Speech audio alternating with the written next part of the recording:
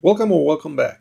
Last week I found out that Creality has just released the Ender 5 Plus 3D printer. Creality Ender is a well-known series of 3D printers and keeps improving. I would like to share a bit of insight about the new Ender 5 Plus in contrast with the TwoTrees Sapphire. Just a few days ago I was sharing some info about the Creality CP01 modular 3-in-1 3D printer, laser engraver, and CNC. The CP01 may be a good alternative to the Snapmaker A150 or a lesser volume and perhaps more budget-friendly alternative to the Snapmaker A250. In 2019, Creality has been on fire. I'm not sure how they did it, but they're killing it. I don't think this is just a coincidence that they just released the Ender 5 Plus. On the Facebook group a few weeks ago, TwoTrees announced that they will be postponing the release of their large format TwoTrees Sapphire 3D printer, which will come equipped with dual linear Z-axis rod rails for a better bed stability. TwoTrees wanted to iron out the quirks before releasing it, but instead they released the TwoTrees Sapphire Pro, an upgraded version of the TwoTrees Sapphire S.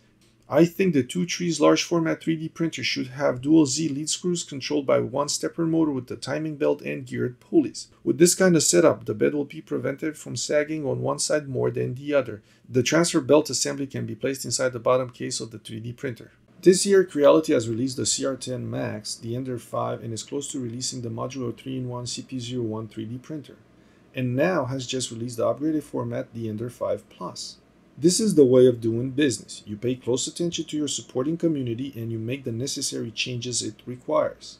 This is probably how the Ender 5 Plus was born. For example, after Creality released the CR10 Max, they quickly upgraded to a BL Touch bed leveling probe, taking the advice of Naomi Wu, the sexy cyborg. Doing another pit stop by the most consumer-centric company in the world. Some 2 months ago, I attended one of their AWS local meetings and I posed a question to one of their service owners. Their response was, sign an NDA and we'll build it for you. Impressive, right? So friends and family, it seems that long gone are the days where these monolithic companies functioned as impenetrable think tanks with closed doors, churning away stuff and never stopped for asking.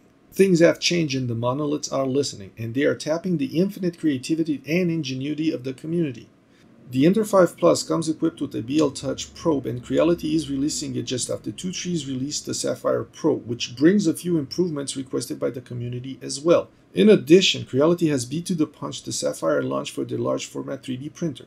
Looks like the Ender 5 Plus would work well out of the box and could be the 3D printer that could work well for you for a long time. But after a few attempts at tuning the pressure rollers, I'm all sold out on the linear H rails in the TwoTrees Sapphire S. So even if Creality came out with the Ender 5 Plus with dual Z axes, still the roller pressure tuning sours it a bit. In addition, the extruder is still a single gear assembly and has no chamfer in the geared pulley. They should use the dual geared extruder and the upgraded hot end they have in the CR10 Max or the CR10S Pro. In its current config, the Creality Ender 5 Plus may require upgrades for most of the parts in the filament path. But at a minimum, the pneumatic Foster fittings and the extruder spring must be changed from the get-go. Moreover, all of the major components are placed with T-nuts on the V-slot rails, and I bet it isn't the most precise way. You may have to fine-tune the positions to make it a precise fit and remove unwanted misalignments and tension in the dual Z-axis lead screws. Or you may want a bit of tension in the Z-rods so they do not slide down when the Z-steppers are not powered.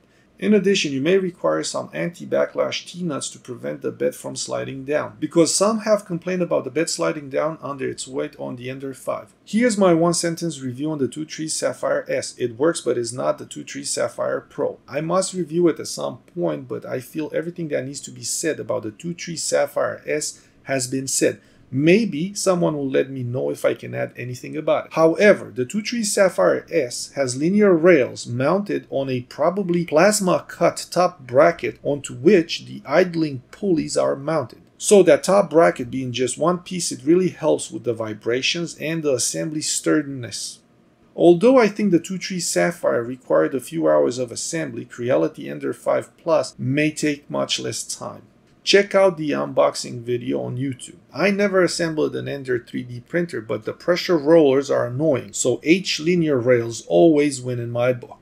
Moreover, I think Creality did well with the Ender 5 Plus and adding the BL Touch to it. In addition, the TwoTrees Sapphire S has a manual sensor and needs enabling in the firmware, which I just prefer not to bother with. I just changed the bed springs to beefier ones to make sure the bed can be as straight as possible and got to printing. The BL Touch and the firmware to work with it on the Ender 5 Plus are a definite plus, pun intended. because that can enable bed mesh leveling, and for a large volume 300 by 300 by 400 millimeters may be necessary. If all the other parts are cut to precision and drilled to precision, then the Ender 5 Plus could be a very precise machine when assembled. And I mean precise by having all the right angles where they're supposed to be right angles. The major problem with large volume 3D printers is the sagging and warping of all components because their length to thickness ratio. So I'm not sure if the rails in Creality Ender 5 Plus will bow or sag, but it remains to be seen. So in summary, Creality Ender 5 Plus looks good but will require a few updates. Or wait for the large version of TwoTrees Sapphire, which may be a bit smaller in volume. Just recently, TwoTrees released the Sapphire Pro with upgrades in response to the community feedback.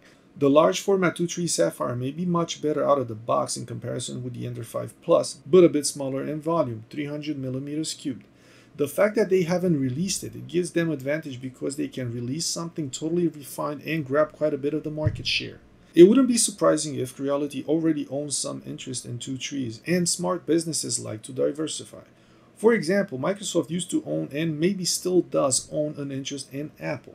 So Ender 5 Plus has quite a large 3D printing volume, easy assembly, and the rest of Creality experience with some added upgrades. You cannot go wrong with that. However, you may want to upgrade most of the filament path, pneumatic fittings, extruder spring or extruder and or heat break throat to an all metal or the hot end entirely.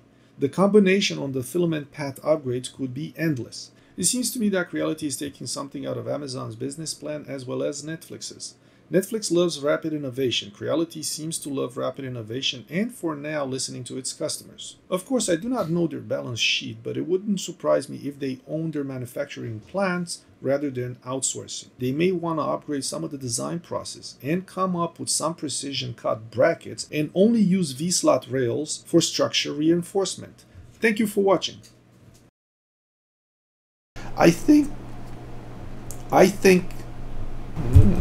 I shouldn't think that much.